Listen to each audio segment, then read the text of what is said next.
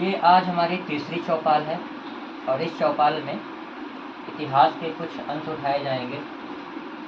हमने जो स्टार्टिंग की थी इतिहास को 3 भागों में बांटकर पढ़ने की। पहला पार्ट कौन सा था? प्राचीन भारत, दूसरा था मध्यकालीन भारत और तीसरा था आधुनिक भारत। ठीक है, तो हम प्राचीन भारत पढ़ रहे हैं अभी। प्राचीन भारत में हमने इंडस वैली सिविलाइजेशन से होते हुए ऋग वैदिक काल से वैदिक सभ्यता पढ़ते हुए आगे आ गए हैं और अब हमको पढ़ना है जैन धर्मों के बारे में। ठीक है, और धर्म के बाद फिर हम पढ़ेंगे महाजनपदों का उदय। फिर महाजनपद के आगे फिर कंटिन्यूअस ये हिस्ट्री चलती रहेगी। ठीक है, तो स्टार्ट करते हैं पहले धर्म। उस समय एक ही बड़ा धर्म हुआ करता था, सनातन धर्म, ये जिसको हिंदू धर्म के नाम से भी जाना जाता है। ठीक है, अब उनमें बहुत सारी जटिलताएं आ गई। जटिलताएं कैसी कि जो पुरोहित लोग थे वो सारी चीज़ों पे, यानी कि वैदिक सभ्यता खत्म होते होते वहाँ पे एक ऐसी स्टेज आ गई कि जो 4 वर्ण बनाए गए थे कर्म के आधार पर, वो सीधे सीधे हेरिडिटी पे आ गया। ठीक है, मतलब हायरार्की हो गई कि अब पीढ़ी दर पीढ़ी ही वो सारी चीज़ें होती जाएंगी। कुछ जो उच्च जाति में थे या उच्च वर्ण में थे, उन्होंने अपनी संतानों को एक पार्टिकुलर, यानी कि उसी में आगे बढ़ने की पूरी तरीके से इच्छा जाहिर की, है ना। और उसको करने के लिए उन लोगों ने जबरदस्ती उनको तैयार करना शुरू कर दिया।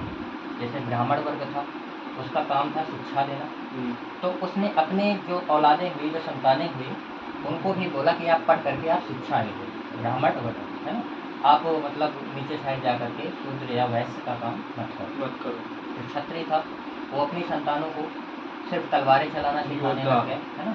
तो इस तरीके से हायरार्की बढ़ती चलेगी और उनको ख़त्म करने के लिए बहुत सारे नए नए धर्म उदय हुआ। उन्हीं में से एक ब्रांचेस है जैन धर्म, बौद्ध धर्म और भी अलग अलग तरीके से धर्म बनते चलेंगे। ठीक है, तो हम सबसे पहले स्टार्ट करते हैं जैन धर्म। जैन धर्म ये भी हिंदू धर्म का ही पार्ट है। जैन धर्म की स्थापना किसने की? तो जैन धर्म के संस्थापक के रूप से हम किसको जानते हैं? ऋषभ। और इनके जो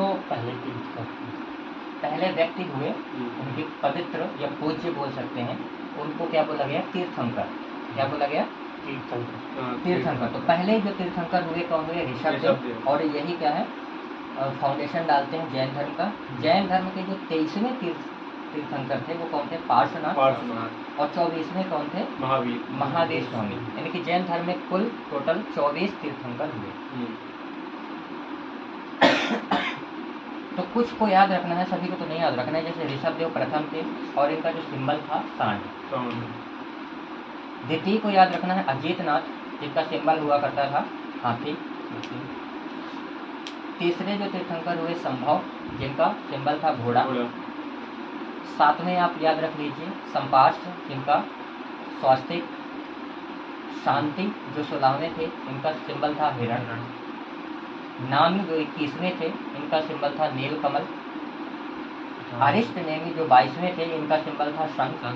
पार्श्वनाथ जो 23वें थे, उनका सिंबल था सर्प। और महावीर स्वामी जो 24वें थे, इनका जो सिंबल था सिंह।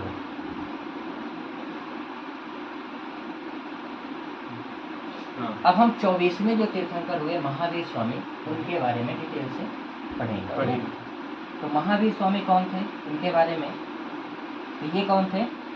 इक्ष्वाकु वंशी राजा अश्वसेन के पुत्र थे। इन्होंने 30 वर्ष की अवस्था में संन्यास जीवन को स्वीकारा। इनके द्वारा दी गई शिक्षा कौन सी थी? हिंसा न करना, सदा सत्य बोलना, चोरी न करना और संपत्ति न रखना। महावीर स्वामी का अगर जन्म बात किया जाए तो जन्म कब हुआ था? 540 ईसा पूर्व में हुआ था। कहाँ हुआ था? कुंडग्राम। हाँ, कुंडग्राम वैशाली में हुआ था। आजकल ये कहाँ था? पटना, बिहार। इनके पिता का नाम क्या था? सिद्धार्थ, जो कि ज्ञात्रक कुल के थे। ज्ञात्रक कुल के सरदार हुआ करते थे। और माता कौन सी थी? त्रिशला, जो कि लिच्छवी की राजा चेतक की बहन हुआ करती थी। महावीर की जो पत्नी का नाम था यशोदा और पुत्री का नाम था अनुजा प्रियदर्शनी। महावीर के बचपन का नाम था वर्धमान, इसी कारण इनका नाम वर्धमान महावीर स्वामी भी कहा जाता है। ठीक है। इन्होंने 30 वर्ष की उम्र में माता पिता की मृत्यु के पश्चात अपने बड़े भाई नंदीवर्धन से अनुमति लेकर के संन्यास ग्रहण किया। 12 वर्षों की कठिन तपस्या के बाद महावीर स्वामी को चिरंबिक के समीप ऋजुपालिका नदी के तट पर साल वृक्ष के नीचे इनको ज्ञान की प्राप्ति हुई। संपूर्ण ज्ञान का बोध हुआ। इसी समय से महावीर क्या कहलाए? जिन। जिन का मतलब क्या होता है? जिन का मतलब क्या होता है? जीतने वाला, विजेता। ठीक है। आहर्त का मतलब होता है पूज्य और निर्ग्रंथ का मतलब होता है बंधनहीन। महावीर ने अपने उपदेश किस भाषा में दिए थे?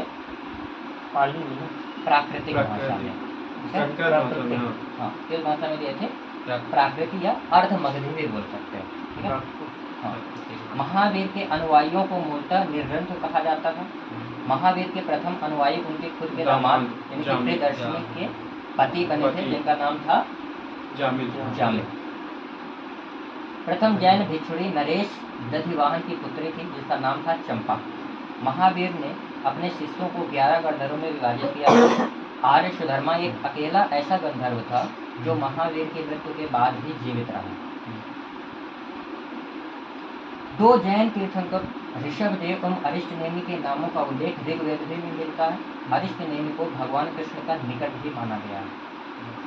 लगभग 300 ईसा पूर्व में मगध में 12 वर्षों की भीषण अकाल पड़ा था, जिसके कारण भद्रबाहु अपने शिष्यों सहित कर्नाटक चले गए थे, किंतु कुछ अनुयायी स्थूलभद्र के साथ मगध में ही रुककर भद्रबाहु के वापस लौटने पर मगध के साधुओं से उनका गहरा मतभेद हो गया, जिसके परिणाम स्वरूप जैन 2 भागों में बढ़ गया। एक हुआ श्वेतांबर और दूसरा हुआ दिगंबर। श्वेतांबर जो थे वो स्थूलभद्र के शिष्य कहलाए, जो श्वेत वस्त्र को धारण करते थे, और दूसरे थे दिगंबर, जो भद्रबाहु के शिष्य कहलाए और बिना वस्त्र के रहते थे। जैन संगतियाँ याद रखनी है। जो पहली जैन हुई थी संगीतियाँ, वो कब हुई थी? 300 ईसा पूर्व में। स्थल कौन सा था? पाटलिपुत्र। और अध्यक्ष कौन थे? स्थूलभद्र।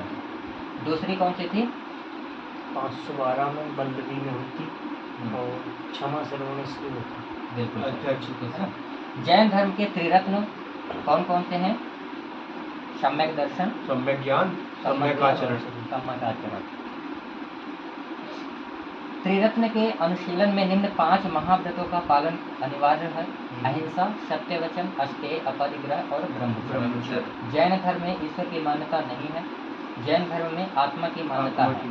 महावीर पुनर्जन्म एवं कर्मवाद में विश्वास करते थे। जैन धर्म के सप्तभंगी ज्ञान के अन्य ऋष्यादवाद और अनेकांतवाद हैं। जैन धर्म ने अपने आध्यात्मिक विचारों को सांख्य दर्शन से ग्रहण किया था। जैन धर्म मानने वाले कुछ राजा थे: उदयनी, वंद राजा, चंद्रगुप्त मौर्य, कलिंग नरेश खारवेल, राष्ट्रकूट राजा अमोघवर्ष, चंदेल शासक। मैसूर के गंग वंश के जो मंत्री थे, चौमुंड के प्रोत्साहन से कर्नाटक में श्रावण बेलगोला में 10वीं शताब्दी के मध्य विशाल बाहुबली की मूर्ति लगाई गई थी, जिसको गोमतेश्वर की मूर्ति भी कहा जाता है।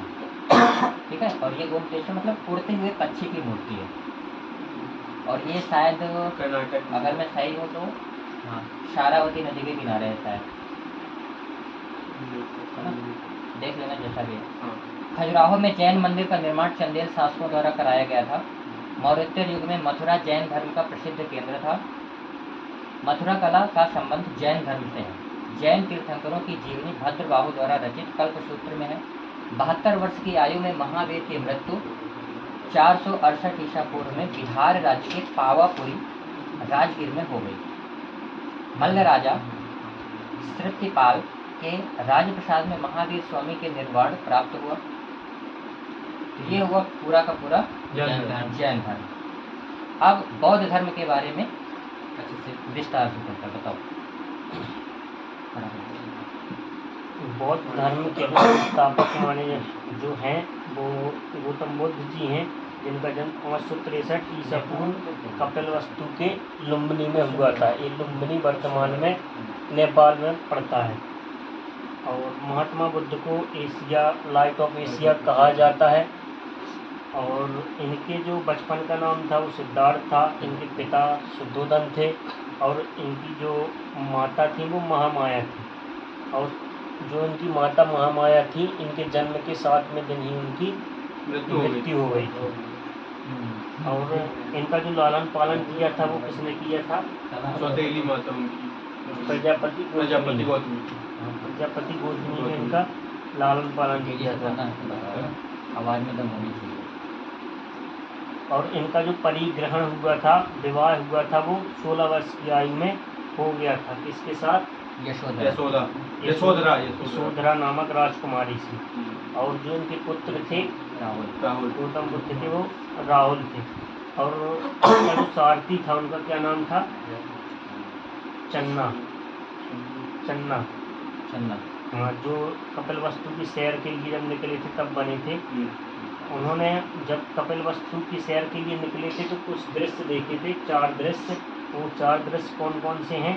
बूढ़ा व्यक्ति, एक बीमार व्यक्ति, शव और एक बिच्छू सन्यासी।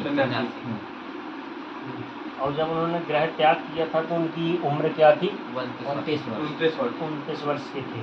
और वो सत्य की खोज में निकले थे। जो सिद्धार्थ थे, इनमें जब सिद्धार्थ गृह त्याग की जो उनकी घटना है, इसे किस नाम से जाना जाता है? महाविनिष्क्रमण जाना जाता है। सन्यासी बनने के बाद सिद्धार्थ वैशाली पहुंचे थे। वहां पर इन्हें प्रथम गुरु इनके जो बने थे वैशाली में, वो कौन थे? अलार कलाम थे। और उन्होंने उन्हें किसकी शिक्षा दी थी? सांख्य दर्शन की। अलार कलाम से शिक्षा प्राप्त कर ये राहगीर पहुंचे थे, जहां इनके दूसरे गुरु बने। दूसरे गुरु कौन थे? रुद्रकरा पुत्र करके थे। अब इनका हम कुछ देख लेते हैं जो महत्वपूर्ण घटना है इनके जीवन से संबंधित। जैसे कि जो गृह त्याग है उसे किससे जाना जाता है? किस नाम से? गृह त्याग को महाविनिष्क्रमण के नाम से। और जो इनकी ज्ञान प्राप्ति है उसे किस नाम से जाना जाता है? संबोधि के नाम से। और जो प्रथम उपदेश दिया इन्होंने, प्रथम उपदेश को किस नाम से जाना जाता है? धर्मचक्र प्रवर्तन के नाम से। हाँ, और जो इनका निर्माण प्राप्ति हुई, मतलब कि जब इनका देहांत हुआ, उसे किस नाम से जाना गया? महापरिनिर्वाण। अब कुछ देख लेते हैं हम इनके जीवन से संबंधित। इन्होंने खीर खाई थी, कहाँ पर खाई थी? उर्वेला में। एक किसान की बेटी थी सुजाता, उसने इन्हें खीर दी थी। और उनका 5 शिष्यों ने उन्हें पाखंडी उनका साथ छोड़ दिया था। ठीक है, यही पूछा जाता है उन्होंने किसके हाथ से खीर खाई थी? तो उर्वेला नामक एक कन्या थी। और इन्हें जो ज्ञान की प्राप्ति हुई थी वो कहाँ पर हुई थी?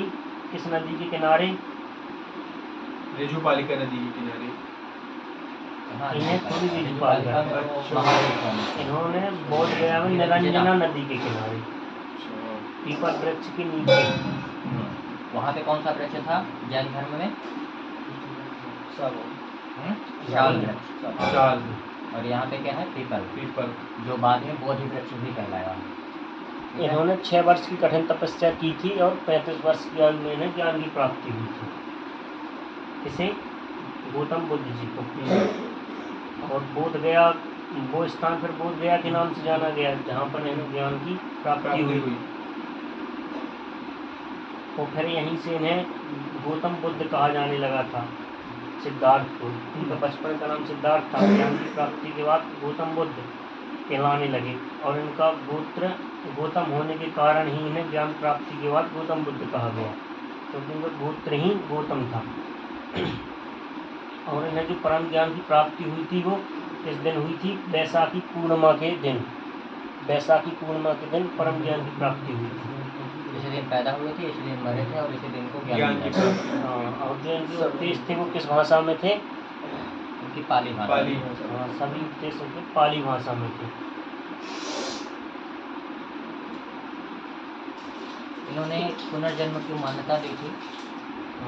और जो वेदों की प्रमाणिकता थी इन्होंने उसे नकार दिया था। गौतम इन्होंने एक बुद्ध जी कॉन्सेप्ट ने। दिया था कि विश्व दुखों से भरा है।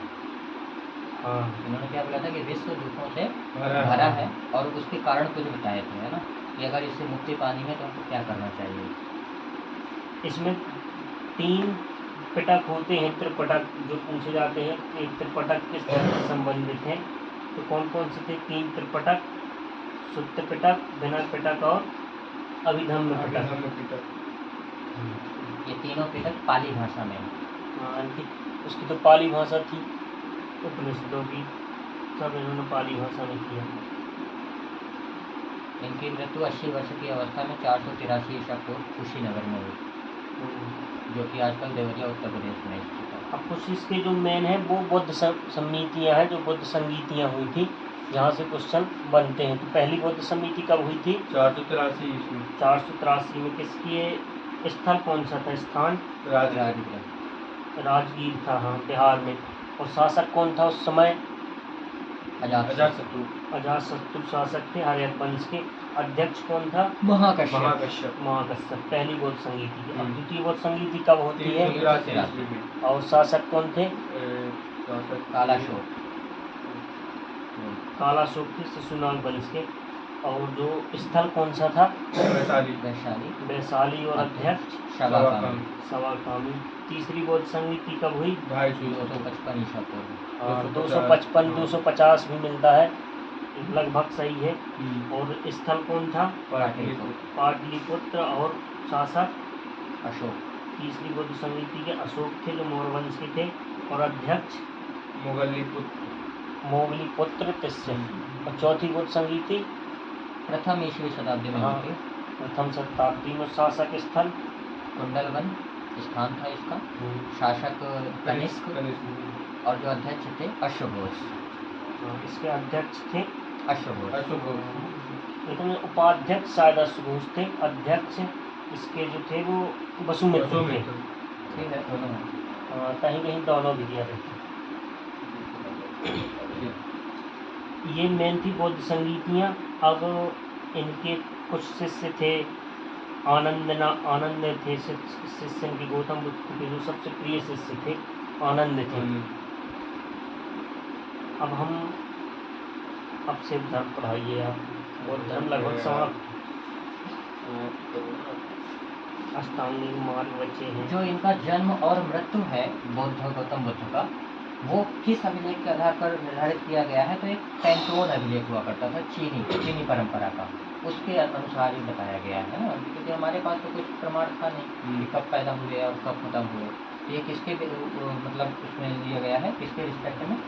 कैंटोन अभिलेख था चीन में, ठीक है। उसके अनुसार बताया गया है कि इनका जन्म जो है कब हुआ था? 563 और मृत्यु 483 में। 80 साल तक ये जीवित रहे टोटल, ठीक है। जो चौथी बौद्ध समिति हुई थी, इसके बाद ही ये जो बौद्ध धर्म था वो 2 भागों में बट गया था। एक कौन सा था? हीनयान और दूसरा महायान। बौद्ध धर्म के जो महायान संप्रदाय को आदर्श मानते थे वो बोधिसत्व कहलाए। दूसरे के कल्याण को प्राथमिकता देते हुए वो अपने निर्वाण में विलंब कर देते थे। हीनयान का आदर्श था अहर्त पद को प्राप्त करना। धार्मिक जुलूस का प्रारंभ सबसे पहले लगभग बौद्ध धर्म से ही स्टार्ट हुआ। बौद्धों का जो सबसे पवित्र त्यौहार है वैशाख पूर्णिमा माना जाता है, और इसका कारण तो पता है, इसी दिन गौतम बुद्ध पैदा हुए थे, इसी दिन मरे थे, और इसी दिन इनको क्या ज्ञान की प्राप्ति हुई थी। बुद्ध ने संसारिक दुखों के संबंध में 4 आर्य सत्य बताए थे और कहा था कि दुख समुदाय, दुख निरोध और दुख निरोध गामिनी प्रतिपदा, ये 4 कारण हैं मनुष्य के दुखी रहने का। फिर इनसे निवारण के लिए भी उन्होंने बताया, इनकी मुक्ति के लिए उन्होंने अष्टांगिक मार्ग सुझाया था कि अगर हम 8 जो हम बताएंगे उसको अगर पालन कर लेंगे तो क्या होगा कि जो हमारे 4 दुख हैं ये नहीं होंगे। तो कौन कौन से अष्टांगिक मार्ग? तो सम्यक दृष्टि, सम्यक संकल्प, सम्यक वाणी, सम्यक कर्मांत, सम्यक आजीव, सम्यक व्यायाम, सम्यक स्मृति और सम्यक समाधि, ये अष्टांगिक मार्ग थे गौतम बुद्ध के द्वारा सुझाए गए। गौतम बुद्ध के अनुसार अष्टांगिक मार्गों के पालन करने के बाद मनुष्य की जो भाव तृष्णा है वो सारी की सारी नष्ट हो जाती है और उसे निर्वाण की प्राप्ति हो जाती है। निर्माण बौद्ध धर्म का परम लक्ष्य माना गया है, जिसका अर्थ होता है दीपक का बुझ जाना, अर्थात जीवन मरण चक्र से मुक्त हो जाना। निर्वाण प्राप्ति को सरल बनाने के लिए उन्होंने 10 और शील बताए थे। 10 शील में अहिंसा, सत्य, अस्तेय, अपरिग्रह, मद्य सेवन न करना, असमय भोजन न करना, सुखपद बिस्तर पर न सोना, धन संचय न करना, स्त्रियों से दूर रहना और नृत्य गान न करना, ये बताया गया। इनमें से जो 5 थे उनका पालन सभी को करना था। मतलब जो बौद्ध धर्म था 2 भागों में, जो भिक्षु थे और जो उनके फॉलोअर्स थे। क्या बोला गया था? नहीं, वो तो पार्ट हो गए, डिवाइड हो गए। इनके जो मतलब भिक्षुक और उपासक जो हुए थे। उपासक भिक्षुक मतलब कि जो गृह त्याग करके बौद्ध धर्म का पालन करते थे, प्रचार करते थे, वो क्या कहलाए? भिक्षुक। और जो गृहस्थ जीवन व्यतीत करते हुए बौद्ध धर्म को मानते थे वो क्या कहलाए? उपासक। तो जो पहले 5 हैं उनको सभी को मानना जरूरी था और बाकी जो अन्य 5 हैं, इनके टोटल जो 10 हैं, वो भिक्षुक के लिए अनिवार्य थे, उपासक के लिए अनिवार्य नहीं। यहाँ अनीश्वरवाद के संबंध में बौद्ध धर्म और जैन धर्म का लगभग समान ही है। दोनों अनीश्वरवाद को मानते हैं। जातक कथाएं प्रदर्शित करती हैं कि बोधित्व का अवतार मनुष्य रूप में भी हो सकता है तथा पशुओं के रूप में भी हो सकता है, दोनों प्रकार से हो सकता है। शाक्य मुनि के रूप में अपना अंतिम जन्म प्राप्त किया गौतम बुद्ध ने, ऐसा मानना है। ठीक है। तिब्बत, भूटान, पड़ोसी देशों में बौद्ध धर्म का प्रचार इनके गुरु थे रिन 5, उन्होंने किया था। इनका संबंध बौद्ध धर्म के वज्रयान शाखा से है। इनकी 123 फीट ऊंची मूर्ति हिमाचल प्रदेश रेवाल सर झील में है। खत्म करें? खत्म करिए इसको। यहाँ से अब कंटिन्यू करते हैं। ये भी माना जाता है कि भारत में उपासना करने वाली जो सबसे पहली मूर्ति हुई थी वो गौतम बुद्ध की। गौतम बुद्ध माना जाता है ऐसा।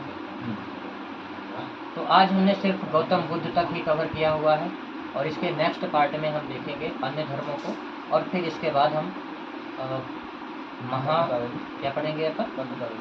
अभी इसके बाद शेर धर्म, बहुत धर्मों के बाद फिर क्या पढ़ेंगे? धर्मों के बाद सीधे मगध पे आ जाएंगे। मगध साम्राज्य पर आ जाएंगे, मगध डायनेस्टी में।